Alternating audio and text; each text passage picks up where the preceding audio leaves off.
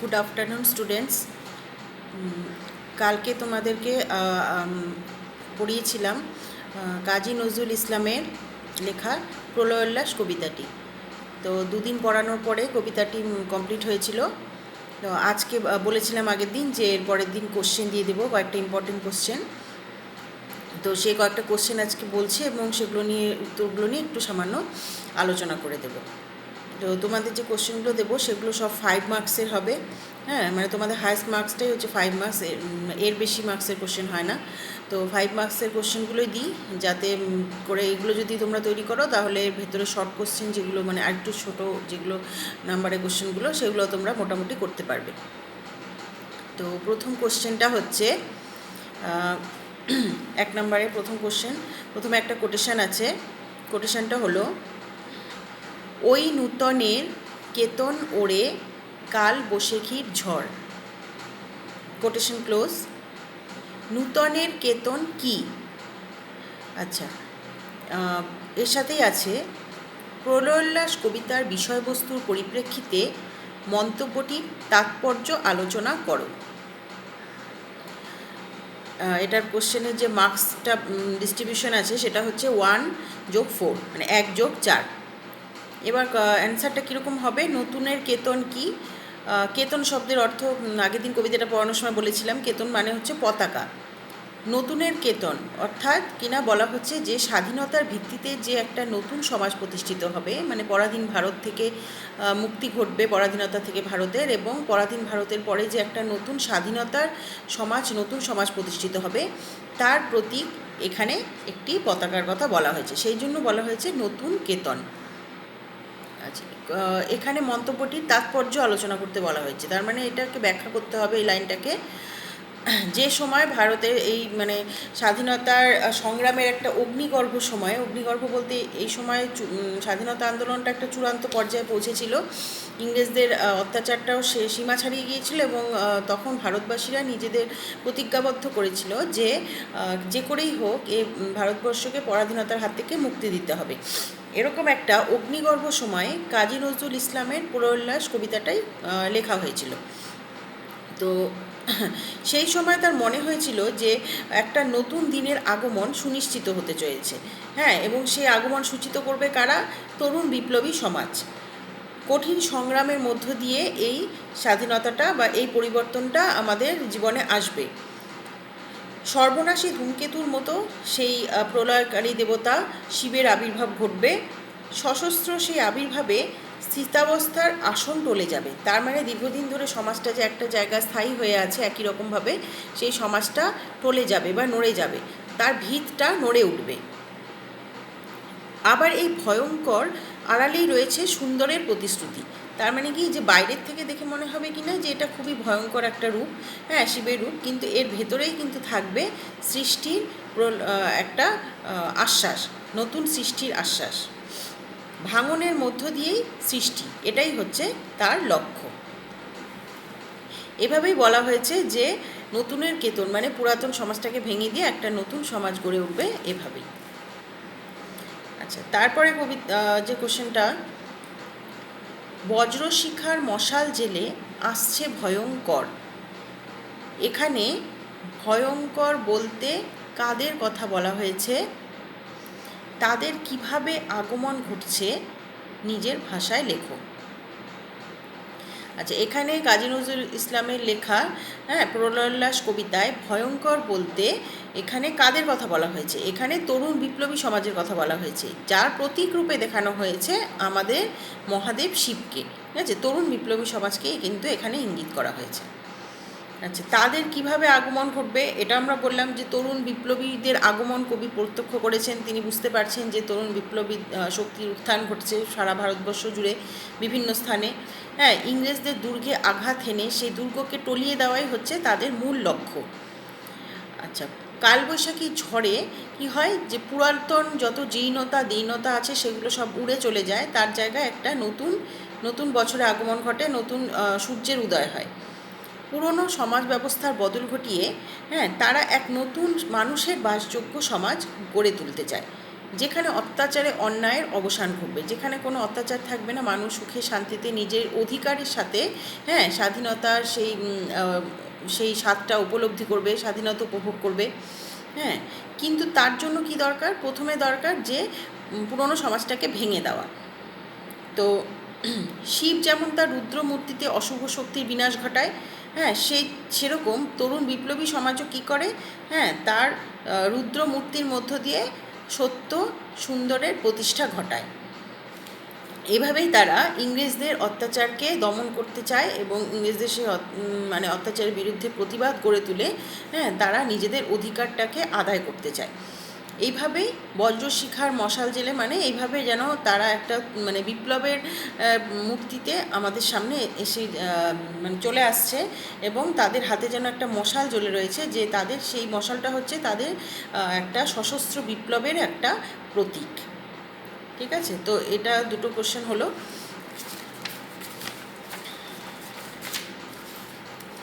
আরেকটা কোশ্চেন দেখ, এটা ইম্পর্টেন্ট আছে। এটা হচ্ছে শুরুতে একটা যে কোটেশন আছে সেটা বলছি, দিগন্তরের কাদন লুটায় পিঙ্গল তার ত্রস্ত জটায়। মন্তব্যটির তাৎপর্য বিশ্লেষণ করো। কবিতায় এই প্রসঙ্গটি উল্লেখের কারণ কি? আচ্ছা, পুরোল্লাস কবিতায় কবি কাজী নজরুল ইসলাম স্বাধীনতা সংগ্রামের যে প্রবল রূপটা আছে সেটাকে তুলে ধরার জন্য এই উক্তিটি করেছেন। তো মধ্যাহ্নকালীন সূর্যের যে মধ্যাহ্নকালীন কথার অর্থ হচ্ছে যে একদম মাঝ দুপুরের যে সূর্যটা, হ্যাঁ সূর্যের শিখাটা, সেটা হচ্ছে সেই দীপ্তিটা খুব ভয়ঙ্কর। মানে দুপুরবেলা সূর্যের তেজটা এবং সূর্যের শিখাটা সবচেয়ে বেশি হয় সেই সময়। হ্যাঁ, মানে গরমটাও সেই সময় সবচেয়ে বেশি থাকে, যেন তো একটা অগ্নি জ্বালা সৃষ্টি করে। তো আবার আকাশে যখন মেঘ করে মনে হয় যেন আগুন রঙা জটাজাল সৃষ্টি হয়েছে। সেই মেঘ থেকে ঝরে পড়া বৃষ্টি যেন দিগন্তেরই কান্না। তো এভাবে মনে হয় যে প্রকৃতি চারপাশে মানে সমাজটা মানে প্রকৃতিটাও যেন আমাদের জীবনের সাথে মিশে গেছে, যেখানে বলছে যে সেই দিগন্তরের কান্নাটা যেন হ্যাঁ সেই সমাজের মধ্য দিয়ে ফুটে উঠেছে। সেটা যেন আমাদের সাধারণ মানুষেরই চোখের জল। হ্যাঁ, যে যারা কিনা নিজেদের মানে কি বলবো ইংরেজদের অত্যাচারে যাদের উপর সীমা ছাড়িয়ে গেছে, হ্যাঁ তাদের চোখের জল যেন দিগন্তের কান্নার মধ্য দিয়ে প্রকৃতির মধ্য দিয়ে কবি প্রত্যক্ষ করেছেন। তো সেই বলছে যে প্রলয় ধ্বংসের মধ্যেই বিশ্বময়ের সৃষ্টির অভিষেক দেখেছেন কবি। যুগবাণী গ্রন্থে নবযুগ নামক রচনায় নজরুল লিখেছিলেন, একটা কথা আছে, আজ মহাবিশ্বে মহাজাগরণ, আজ মহামাতার মহা আনন্দের দিন, আজ মহামানবতার মহাযুগের মহা উদ্বোধন। বিক্ষোভ আন্দোলনের তীব্রতায় ধ্বংসের যে উন্মাদনা কবির চোখে পড়ে তার সঙ্গে কবি মিল খুঁজে পান প্রকৃতির ভয়ঙ্কর রূপে। এই যে একটা ধ্বংসের উন্মাদনা দেখা যাচ্ছে, তার সাথে কবি যেন প্রকৃতির উন্মাদনার একটা মানে প্রকৃতিতে যে একটা ভয়ঙ্কর ঝড় কালবৈশাখী ঝড় আসে তার সাথে যেন কবি মিল খুঁজে পাচ্ছেন। সেই রূপে মানুষ শঙ্কিত ও দিশাহারা হয়ে উঠলেও কবি নতুন দিন ও জীবনের নিশ্চিত প্রতিশ্রুতি খুঁজে পেয়েছেন। তার মানে সেই যেরকম কালবৈশাখী ঝড় ভয়ঙ্করতাটা দেখলে মানুষ ভয় পেয়ে যায়, ভয় পাওয়াটাই স্বাভাবিক। হ্যাঁ, প্রকৃতির এরকম একটা বাঁধনহারা একটা উল্লাস দেখে মানে সাধারণ মানুষ একটু ভীত সন্ত্রস্ত হয়, কিন্তু তার মধ্যে এই ঝড়ের মধ্যেই যেন লুকিয়ে থাকে একটা নতুন সমাজের গঠনের একটা আশ্বাস, যেটা কিনা কবি বুঝতে পেরেছেন। সংগ্রামের সেই ভয়ঙ্কর রূপটিকে প্রকাশ করতে গিয়েই কবি এই কথাগুলো বলেছেন। আচ্ছা, যে কথাগুলো বললাম এই ধরনেরই আরেকটা কোশ্চেন আছে, মানে দুটোর উত্তর মোটামুটি একই হবে, কোশ্চেনটা একটু আলাদা কিন্তু মূল বক্তব্যটা মোটামুটি একই। জগৎ জুড়ে প্রলয় এবার ঘনিয়ে আসে, জরায় মরা মুমূর্ষুদের প্রাণ লুকানো ওই বিনাশে। জগৎ জুড়ে প্রলয় কথাটির অর্থ কী? এই প্রলয়ের সার্থকতা কী? এটার মার্কসটা ভাগ হবে 3+2। আচ্ছা, আগের যে কোশ্চেনটা বললাম সেটার মার্কসটা বলা হয়নি, সেটা হচ্ছে 2+3 ছিল, ঠিক আছে, আর এটা হচ্ছে 3+2, 4 নাম্বারটা। আচ্ছা, জগৎ জুড়ে প্রলয় কথাটা এটাও আমি বললাম যে সারা পৃথিবী জুড়েই মানে একটা তখন বিভিন্ন অত্যাচারী শক্তির বিরুদ্ধে, সাম্রাজ্যবাদী শক্তির বিরুদ্ধে মানুষ ঐক্যবদ্ধ হচ্ছিল। তো ভারতও তার ব্যতিক্রম নয়। ভারতও এই ইংরেজ সাম্রাজ্যবাদী শক্তি তারা যেরকম আগ্রাসন নীতির মাধ্যমে পুরো দেশটাকে অধিকার করে নিয়েছিল এবং সাধারণ মানুষকে তাদের অত্যাচারে শোষণে একদম জরাজীর্ণ করে দিয়েছিল, সেই সময় মানুষ ঘুরে দাঁড়াতে চেয়েছিল। হ্যাঁ, তার মানে সারা পৃথিবীতে যখন মানুষ জেগে উঠছে, তো ভারতবর্ষ মানুষরা তারা পিছিয়ে ছিল না, তারাও কিন্তু এই সাম্রাজ্যবাদী শক্তির বিরুদ্ধে লড়াই করতে এগিয়ে এসেছিল। তো যাই হোক, তো সেরকম ভারতবর্ষের মানুষ যে জেগে ওঠার ব্যাপারটা, সেটাই বলছে যে জগৎ জুড়ে প্রলয় ঘনিয়ে এসেছে, তার মানে একটা ঝড় উঠতে চলেছে। জরায় মরা মুমূর্ষুদের প্রাণ লুকানো ওই বিনাশে। তার মানে কি, যেসব মানুষরা মুমূর্ষু মানে প্রায় মরতে বসেছে, হ্যাঁ, মানে শারীরিক মৃত্যু না হলেও মানসিকভাবে যাদের মৃত্যু হতে চলেছে, তারাও যেন নতুন করে জেগে উঠবে, নতুন প্রাণের ছোঁয়ায় তারা জেগে উঠবে। হ্যাঁ, তারা মুমূর্ষুদের যে প্রাণ সেখানেই লুকিয়ে আছে, এই বিনাশের মধ্য দিয়ে লুকিয়ে আছে। এই যে বিনাশ, সেই বিনাশটা সমাজে বিনাশ ঘটবে, তার ফলেই নতুন সমাজ সৃষ্টি হবে। তার ফলে কি, যেসব জরাগ্রস্ত মানুষ আছে, মুমূর্ষু মানুষ আছে, তারা যেন নতুন করে জেগে উঠবে। সেটা হলো 4টা কোশ্চেন বললাম।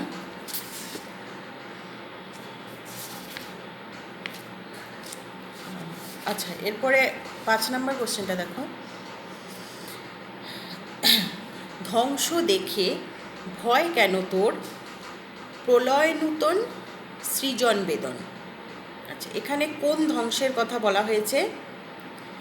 প্রলয়কে নতুন সৃজন বেদন বলার তাৎপর্য কি? নূতন সৃজন বেদন, এই কথাটাকে কোটেশনের মধ্যে রাখবে। এটার মার্কসটা ভাগ হচ্ছে 2+3।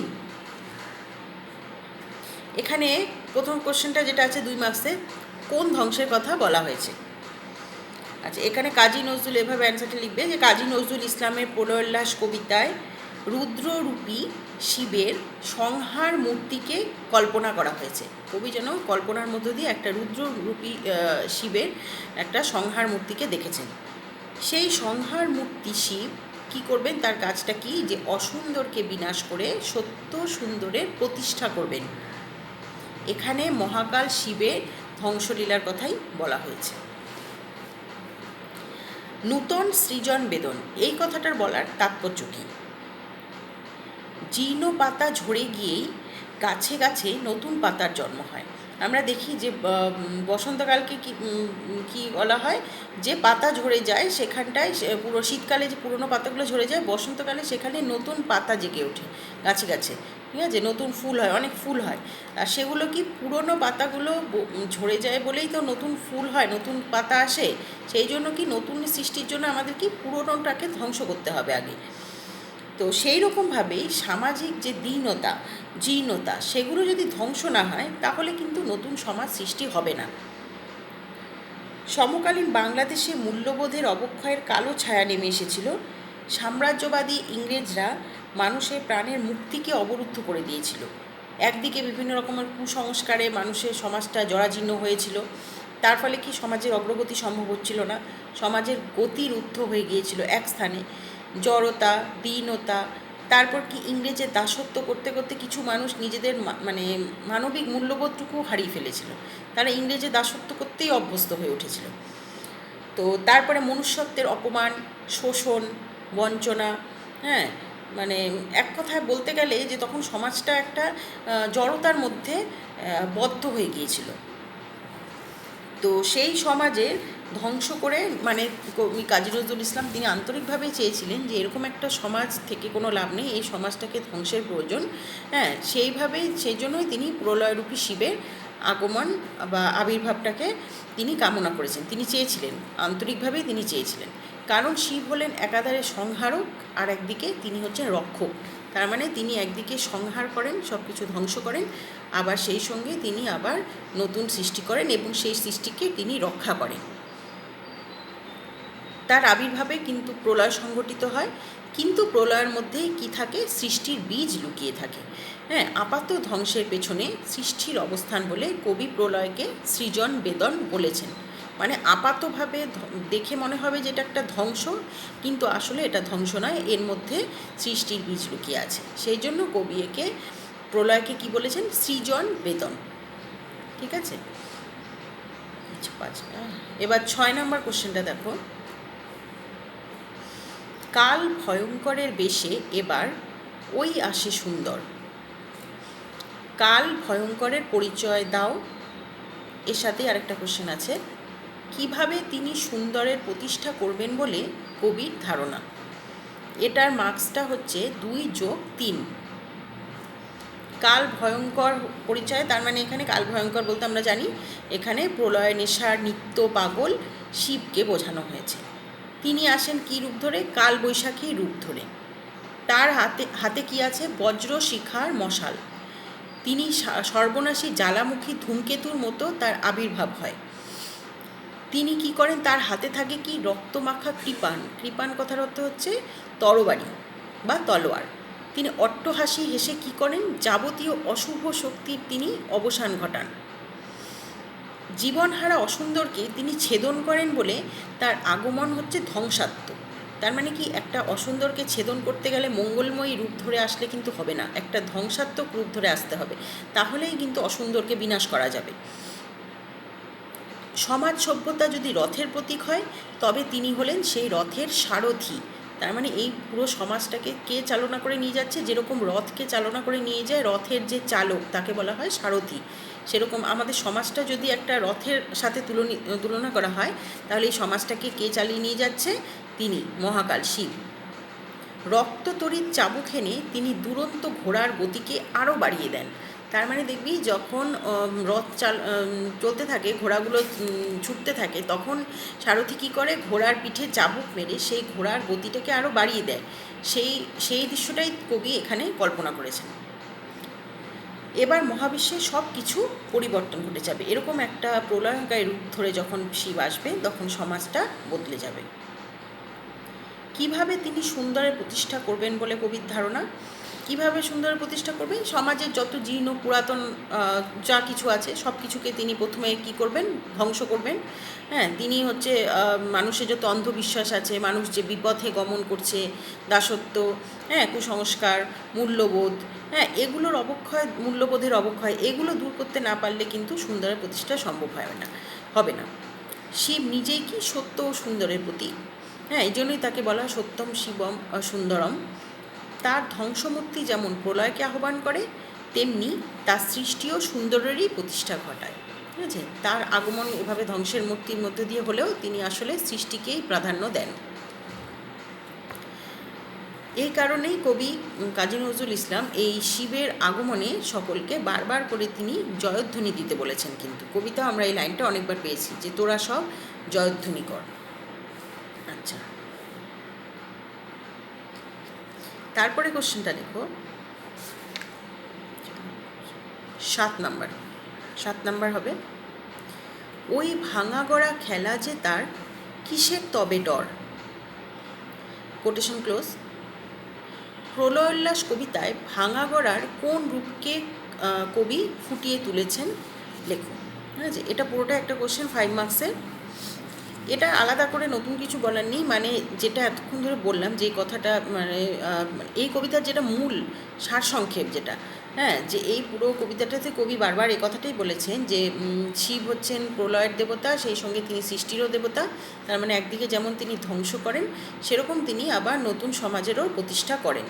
সেই জন্যই বলছে যে এটা হচ্ছে তার যেন একটা খেলার মতো তার কাছে, হ্যাঁ, শিবের কাছে যেন এটা একটা খেলার মতো।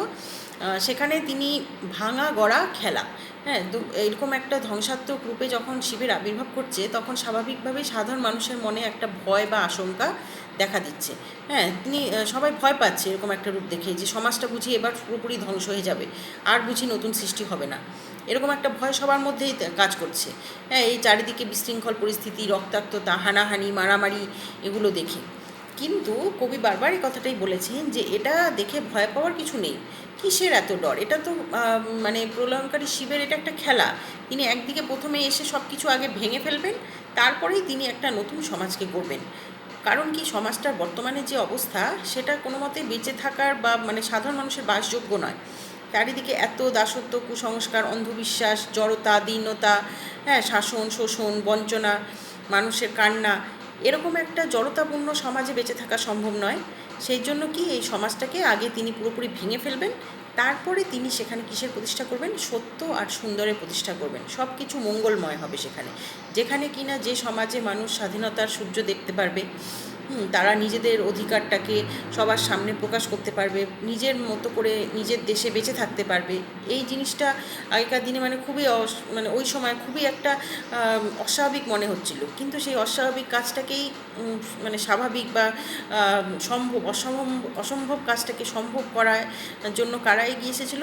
সেই মহাকালরূপী সেই তরুণ বিপ্লবী সমাজ, যারা নিজের প্রাণকে উৎসর্গ করেও, হ্যাঁ, যে কীভাবে এই সমাজটা থেকে পরাধীন সমাজ থেকে আমাদের এই দেশকে মুক্তি দেওয়া যায়, মানুষকে, সাধারণ মানুষকে কীভাবে মুক্তি দেওয়া যায়, সেটার জন্য তারা এগিয়ে এসেছিলেন। সেই জন্য কবি বারবার আমাদেরকে অভয় দিয়েছিলেন বা সাধারণ মানুষকে অভয় দিয়েছিলেন যে এটার থেকে কিসের তবে ডর, যে কোনো ভয়ের কোনো ব্যাপার নেই, ঠিক আছে? কারণ ভাঙার পেছনেই থাকে সৃষ্টি, হ্যাঁ, ভাঙনের পেছনেই সৃষ্টির বীজ লুকিয়ে থাকে। আচ্ছা, আরও দুটো কোশ্চেন আছে ইম্পর্টেন্ট। 8 নম্বর, তোরা সব জয়ধ্বনি কর, তোরা সব জয়ধ্বনি কর। এই লাইনটা আমরা কবিতার মধ্যে প্রায় অনেকবার পেয়েছি, হ্যাঁ, সেই জন্য এই লাইনটা ইম্পর্টেন্ট মনে হয়েছে। Quotation close. কাদের উদ্দেশ্যে কবির এই আহ্বান? মানে কবি যে এই ডাকটা দিচ্ছেন, তোরা সব জয়ধ্বনি কর, জয়ধ্বনি কর, কাদের উদ্দেশ্যে? কবিতায় কেন এই আহ্বানটি পুনরাবৃত্ত হয়েছে লেখো। পুনরাবৃত্ত মানে বারবার আবৃত্ত হয়েছে কেন, বারবার করে এই লাইনটা কেন ফিরে এসেছে? কবিতায় বারবার এই লাইনটা কেন কবি শুধু শুধু কি এমনি এমনি লিখলেন? নিশ্চয়ই তার পেছনে কারণ আছে। সেই কারণটা কি? আচ্ছা, এটার কোশ্চেনের ভাগটা হচ্ছে 1+4। আচ্ছা, কাদের উদ্দেশ্যে আহ্বান করেছেন? এটা তিনি সাধারণ দেশবাসীর উদ্দেশ্যে, ভারতবাসীর উদ্দেশ্যেই তিনি এই প্রার্থনাটা, এই প্রার্থনা নয়, এই আহ্বানটা করেছেন। আচ্ছা, এই যে আহ্বানটা তিনি বারবার কেন করেছেন? প্রলোল্লাস কবিতায় মোট 19 বার এই কথাটা আছে, তোরা সব জয়ধ্বনি কর। 1-2 বার নয়, 19টা বার আছে। এই আহ্বান সূচক পংক্তিটি, মানে এই যে একটা ডাক দেওয়া, এই যে লাইনটা বারবার যে উচ্চারিত হয়েছে, যা বুঝিয়ে দেয় এই পংক্তিটি কবি সর্বোচ্চ গুরুত্ব দিয়েছেন। মানে এই লাইনটা কবি খুবই গুরুত্ব সহকারে লিখেছেন, সেই জন্য তিনি 19 বার লিখেছেন। আসলে প্রলয়োল্লাস হলো ধ্বংসের মধ্য দিয়ে সৃষ্টির বন্দনা। স্বাধীনতা প্রিয় যে তরুণের দল, তরুণ বিপ্লবী সমাজ, তাদের দুর্জয় সাহস আর অদম্য ইচ্ছাশক্তি দিয়ে পরাধীনতা এবং সামাজিক বৈষম্যের অবসান ঘটাতে চায়। কবি তাদেরই জয়ধ্বনি করতে বলেছেন, ঠিক আছে? এখানে আপাতভাবে মনে হয়েছে যে মহাকালরূপী বা প্রলয়ের দেবতা শিবকে তিনি বারবার জয়ধ্বনি করতে বলেছেন, সেটা অবশ্যই ঠিক, কিন্তু হ্যাঁ, আপাতভাবে এটা সত্যি, কিন্তু পরোক্ষভাবে বা পেছনে তিনি এর মধ্য দিয়ে, শিবের মধ্য দিয়ে যে তরুণ বিপ্লবী সমাজ, যাদেরকে আমরা চোখের সামনে সবসময় দেখতে পাচ্ছি যে তারা নিজেদের প্রাণ বিসর্জন দেওয়ার জন্য এগিয়ে আসছে, মানে এক মুহূর্ত তারা পিছপা হচ্ছে না, তারা এই সমাজ থেকে যত পরাধীনতার গ্লানি সব দূর করতে এসছে, সামাজিক যে বৈষম্য আছে, মানুষে ভেদাভেদ আছে, সেই বৈষম্যের অবসান ঘটাতে এগিয়ে এসছে, হ্যাঁ। তো তাদেরকেই কবি বারবার করে এখানে জয়ধ্বনি করতে বলেছেন, যে তাদেরকে উৎসাহিত করার জন্য, তারা যে নিজেদের প্রাণ বিসর্জন করবে, তো তার জন্য তাদের কি প্রাপ্য, তারা একটা সামান্য উৎসাহ বা মানুষ যাতে তাদের পাশে থাকুক, এটাই তারা চেয়েছিল। সেই জন্য কবি বারবার বলেছেন যে তাদের পাশে থাকতে হবে, তাদেরকে উৎসাহ জুগিয়ে যেতে হবে। জগৎ জুড়ে একটা প্রলয় ঘনিয়ে এসেছে, পুরো পৃথিবীতেই মানুষ জেগে উঠেছে সাম্রাজ্যবাদী শক্তির বিরুদ্ধে, হ্যাঁ। ভারতবাসীরাও কিন্তু পিছিয়ে নেই, ভারতবাসীর এই সময়, হ্যাঁ, যারা তরুণ বিপ্লবী সমাজ যারা ছিলেন, তারা তরুণ প্রাণের একটা মানে নেশায়, মানে প্রলয় নেশায় তারা মেতে উঠেছিলেন, যে করেই হোক এই সমাজ থেকে সব পরাধীনতাটাকে দূর করতে হবে। তো সেই জন্য তাদেরকে বারবার, হ্যাঁ, অভিবাদন জানানোর জন্য এই বিপ্লবী যুবশক্তির প্রতি, হ্যাঁ, কবির মুগ্ধ অভিবাদন, তাদেরকে অভিনন্দন বা অভিবাদন জানানোর জন্যই এই তোরা সব জয়ধ্বনি কর এই কথাটা বা এই আহ্বানটা কবি বারবার তিনি করেছেন। 8টা কোশ্চেন দিলাম, এটা লাস্টে আরেকটা কোশ্চেন দিয়ে দিচ্ছি। এটাও এখন পর্যন্ত যতগুলো বললাম হ্যাঁ, কোশ্চেন সবগুলো মিলিয়েই লেখা যাবে একটা, মানে এই কবিতাটার মূল বক্তব্য কী। হ্যাঁ, মূল বক্তব্যটা তো বারবার কবিতাটা পড়ানোর সময় অনেকবার বলেছি, আজকে কোশ্চেনগুলো আলোচনা যখন করলাম তো ওগুলো মোটামুটি তৈরি করলে ওগুলোর থেকে এই লাস্টের যে কোশ্চেনটা বলবো সেটাও তো তোমরা লিখতে পারবে। প্রলয়োল্লাস কবিতার মূল বক্তব্য সংক্ষেপে আলোচনা করো। হ্যাঁ, এইটুকুই কোশ্চেনটা, এটা 5 মার্কস আছে। এই ধরনের এর সাথে অথবা করে আরও কীভাবে এই কোশ্চেনটা আসতে পারে, যেটা অ্যান্সার কিন্তু একই হবে। হ্যাঁ, গুড়িয়ে আর কীভাবে আসতে পারে। প্রলয়োল্লাস কবিতায় প্রলয়ের মধ্যে কবি উল্লাস অনুভব করেছেন, কিভাবে বুঝিয়ে লাগো। পুরো কবিতাটা জুড়ে এই প্রলয়ের মধ্যে যে তিনি কেন ভয় পাচ্ছেন না, তিনি কেন আনন্দিত হচ্ছেন, এরকম একটা প্রলয় ধ্বংসের রূপ দেখেও তিনি কেন আনন্দিত হচ্ছেন, সেটা কবি বুঝিয়ে লিখতে হবে। আচ্ছা, আরেকভাবে আসছে কোশ্চেনটা, প্রলয়োল্লাস কবিতায় কবি প্রলয় ও আশাবাদের সুর কিভাবে ব্যক্ত করেছেন তা বর্ণনা করো। ঠিক আছে, প্রলয়ের মধ্যে দিয়েও কীভাবে কবির মনে আশা জেগে উঠেছিল, যে আশাবাদটা আমার কবিতায় বারবারটা এই আশাবাদটাই কিন্তু ধ্বনিত হয়েছে। তো এই 3টা কোশ্চেনের মোটামুটি একটাই অ্যান্সার হবে। এই পুরো কবিতাটার যে মূল সারসংক্ষেপ, যেটা বারবার মানে বুঝিয়ে দিয়েছি বিভিন্ন রকম কোশ্চেন অ্যান্সার করতে গিয়ে, হ্যাঁ, ওটা তোমরা নিজেরা তৈরি করবে। ঠিক আছে, যে এটা মানে এইভাবে লিখবে যে কাজী নজরুল ইসলামের প্রলয়োল্লাস আসলে হচ্ছে কবির জীবন উল্লাসের কবিতা।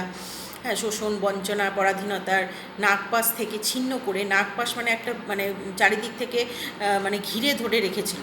হ্যাঁ, শোষণ বঞ্চনায় মানে শিকলের মতো ভারতবাসীকে আটকে রেখেছিল, বদ্ধ করে রেখেছিল। তো সেই থেকে যে জীবনের জাগরণ ঘটবে, স্বাধীনতা সাম্যের নতুন একটা সূর্যোদয় ঘটবে, সেই সূর্যোদয়কেই কবি স্বাগত জানিয়েছেন। তো সুন্দরের আবির্ভাব হবে কিভাবে, এরকম একটা ভয়ঙ্করের বেশি সুন্দরের আবির্ভাব হবে, তার মধ্যে দিয়েই যেন একটা নতুন সমাজ গড়ে উঠবে। এই কথাটাই কবি বারবার বিভিন্ন রকম উপমা দিয়ে বা উদাহরণ দিয়ে আমাদের সামনে তুলে ধরেছেন। এই কোশ্চেনের অ্যান্সারটা তোমরা নিজেরা